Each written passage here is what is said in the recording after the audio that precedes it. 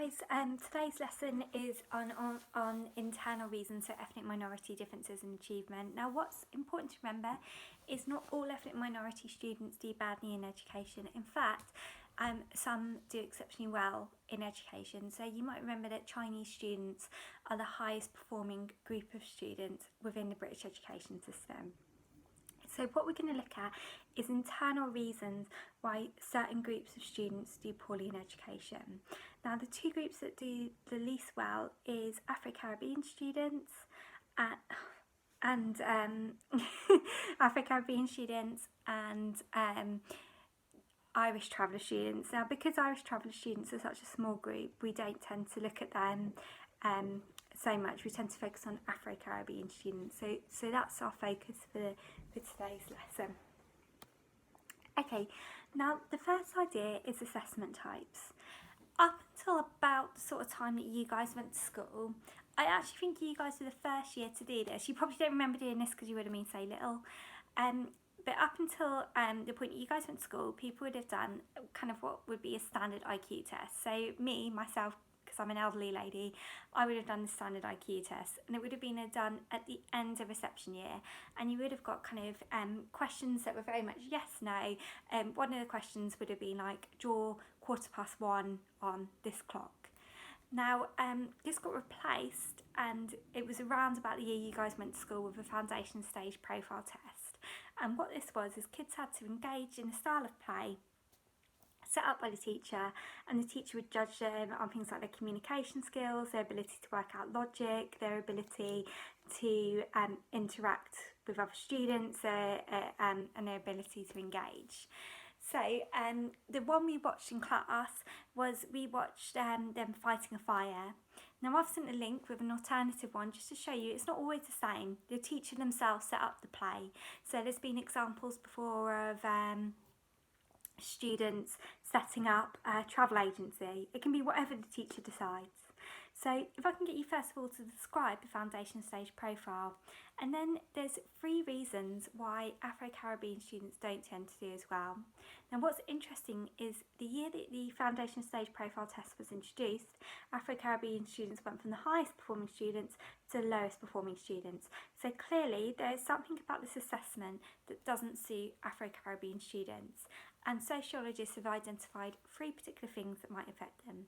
Firstly, it's judged by teachers' interpretation.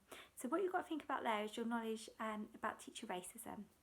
Secondly, it's done at the start of the year. So what you might want to think about there is the fact that students haven't had a chance to engage and learn in the British education system, and that might cause more of a problem for students whose parents weren't in the British education system, who don't have that kind of support from parents who've been in the British education system. And finally, it's judged on teachers' view of the students' interaction with other students. And then there you might want to think about language difficulties and how that might cause a problem.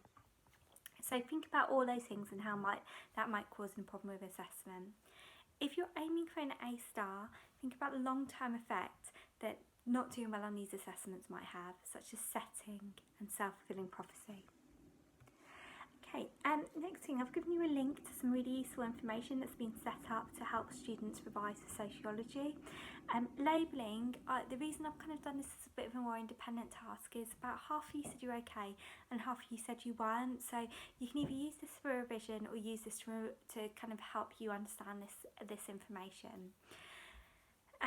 So we've got 3 stages with labelling. First, how do teachers label Afro-Caribbean students? Remember, labelling, there's a preconceived ideas from teachers of what their ideal student is and how they judge that ideal student.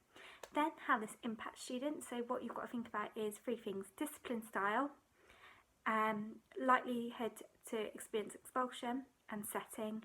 And finally, identify 2 different responses, because not all responses are negative towards this type of labelling. Okay, finally, institutional racism. Everything we've looked at so far has kind of been a response to teachers' interpretation, teacher labelling. Institutional racism is the idea it's not individual teachers, it's the entire school that is racist. the high schooling system. Now, another thing that you can talk about with this is ethnocentric curriculum, but all of you felt quite confident talking about the ethnocentric curriculum. So what I'm going to do is get you to talk about the selection process, and this is something that you guys have done a lot in revision recently, so you should be okay with.